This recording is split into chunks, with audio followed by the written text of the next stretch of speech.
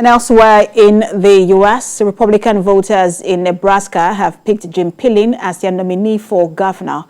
They were supporting the University of Nebraska regent backed by the state's outgoing governor over a rival supported by former President Donald Trump and accused of groping multiple women. Pillen, a hog farm owner and veterinarian, defeated 8 challengers, including Charles Herbster, a businessman who faced groping allegations late in the campaign, and Brett Lindstrom, a state senator and Omaha financial advisor who was generally viewed as a more moderate choice. He said his opponents had called to concede.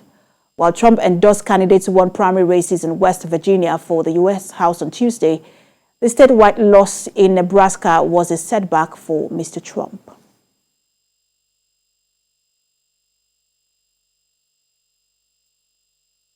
Let's turn attention back to the U.S., where a Trump-supported candidate lost in Nebraska governorship primaries. And we're joined now by global affairs analyst Sam Fatih. Good to have you join us. My pleasure. Is this like the taste of things to come? Because we saw that in Ohio, J.D. Vance, who was supported by Trump for the GOP, I think it's GOP Senate, primaries won in Ohio, but in Nebraska there seemed to be it seemed to be the opposite, where his candidate did lose. Is this a test or the true test for Trump's power as the kingmaker in the Republican Party and also his presidential run in 2024?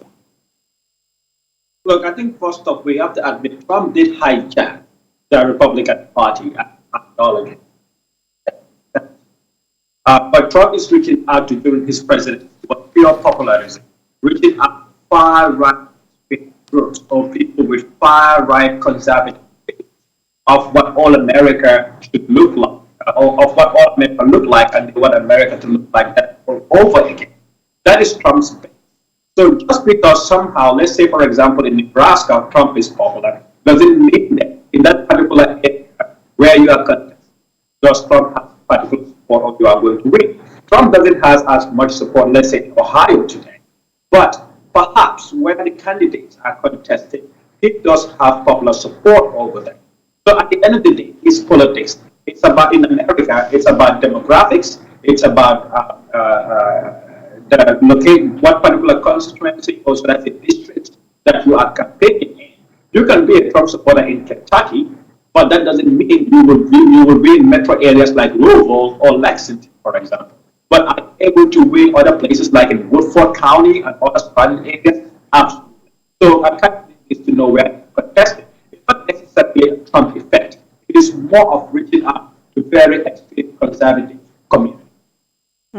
And the Republicans are widely respected, that is, to take back at least one chamber of Congress. There are 14 Democratic seats up for grabs in Senate and 21 Republican seats.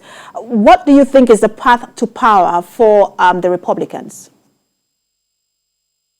Look, their only path to power is to bring out their folks to vote. But the Republican tactic in most states is that they are trying to change. First off, let's make this clear that the right to vote in America doesn't lay in the hands of the federal government. It lays in the hands of the state government. The state government and as our state assemblies determine how voters are going to vote. So what they are doing is taking laws, which include changing district boundaries.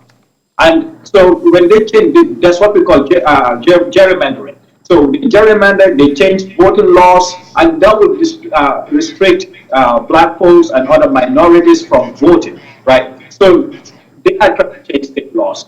And then they are going to call on the people that are so extreme, the same people, that the base that Trump relied on, to rally them all over again, to make sure that they go out and vote. We are seeing this happen in Texas. We are seeing this happening in Georgia, where the Democrats are likely to lose one of their seats. So it's very important. So I feel like, yes, the Republicans have a little bit of an edge up over here. The Democrats have their work cut out for them if they want to maintain a majority in both the Senate and the House. I think they are likely going to maintain a majority in the House. The question lies in, are they able to maintain a majority in the Senate? Right?